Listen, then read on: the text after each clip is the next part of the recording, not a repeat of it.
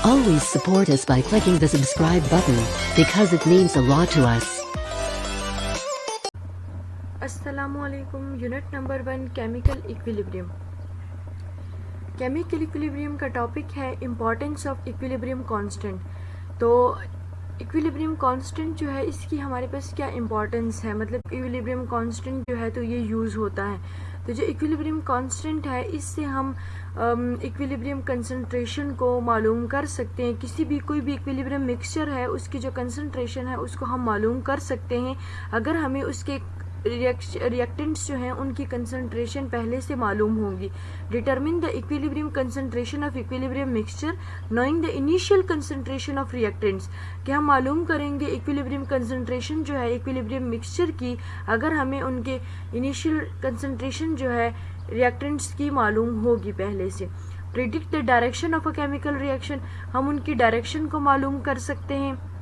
मतलब कि equilibrium constant जो है उसका हमारे पास जो Kc है उसका ये फ़ायदा होगा कि अगर हम Kc मालूम करते हैं तो उससे हम ये फाइंड कर सकेंगे कि जो केमिकल रिएक्शन है ये फॉरवर्ड में रिएक्शन जा रहा है या ये रिवर्स में आ रहा है, तो ये मालूम कर सकते हैं। Predict the extent of a chemical reaction, predict the effect of change in conditions of a chemical reaction on the equilibrium state, कि अगर हम किसी एक कंडीशन में चेंज लेकर आते हैं, फॉर एग्जांपल अगर हम टेम्परेचर में चेंज लेकर आते हैं, प्रेशर में चेंज लेकर आते हैं, number of moles of a gas में चेंज लेकर आते हैं, तो हमारे पास इक्विलिब्रियम स्टेट पर क्या इफेक्ट होगा, क्या असर होगा उस चीज़ का, तो ये भी हम मालूम कर सकते हैं इक्विलिब्रियम कांस्टेंट के थ्रू।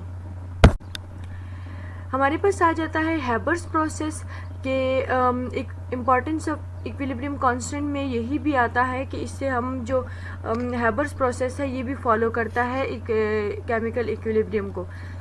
अच्छा, हैबर्स प्रोसेस किसको कहते हैं? हैबर्स प्रोसेस एक ऐसा प्रोसेस है जिसमें जो अमोनिया है ये बनता है।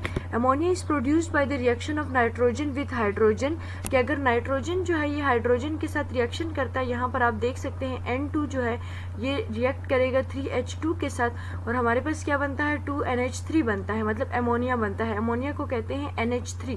तो ammonia is produced by the reaction of nitrogen with hydrogen, की जब नाइट्रोजन जो हाइड्रोजन के साथ रिएक्शन करता है 450 डिग्री सेंटीग्रेड टेम्परेचर पर, 200 एटमॉस्फेरिक प्रेशर पर और कैटलिस्ट की प्रेजेंस में।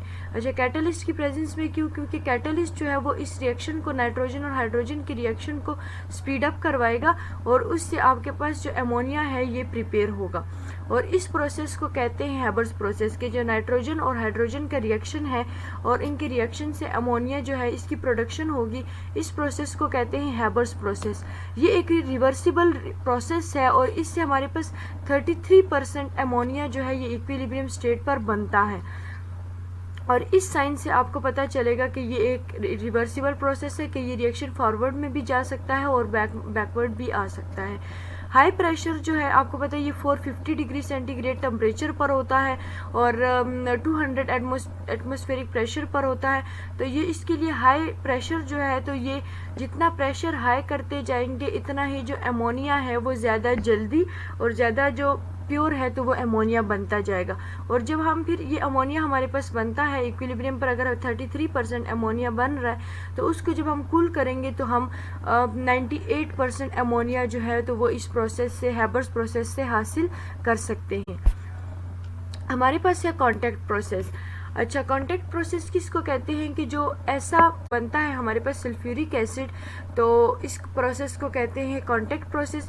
इस प्रोसेस में ये होगा कि जो सल्फर है ये कन्वर्ट हो जाएगा सल्फर डाइऑक्साइड में, और सल्फर डाइऑक्साइड जो है ये देखिए S+O2 जो है, तो सल्फर जो है तो वो ऑक्सीजन के साथ रिएक्शन करेगा, सल्फर डाइऑक्साइड में कन्वर्ट हो जाएगा। फिर इस तरह जो सल्फर डाइऑक्साइड है ये ऑक्सीजन के साथ रिएक्शन करता है और सल्फर ट्राइऑक्साइड में चेंज हो जाता है। फिर वो हाइड्रोजन के साथ रिएक्शन करता है और सल्फ्यूरिक एसिड में चेंज हो जाता है। तो सल्फर डाइऑक्साइड जो है ये यहाँ से प्यूरिफाई भी हो जाता है और इसको ऑक्सीडाइज भी कर सकते हैं 450 डिग्री सेंटीग्रेड टेम्परेचर पर और 200 एटमॉस्फेरिक प्रेशर पर कैटलिस्ट की प्रेजेंस में। और कैटलिस्ट जो होंगे वो यहाँ पर प्लाटिनियम भी यूज़ हो सकता है और वेनेडियम पेंटा ऑक्साइड जो कैटलिस्ट है वो भी यहाँ पर यूज़ हो सकता है।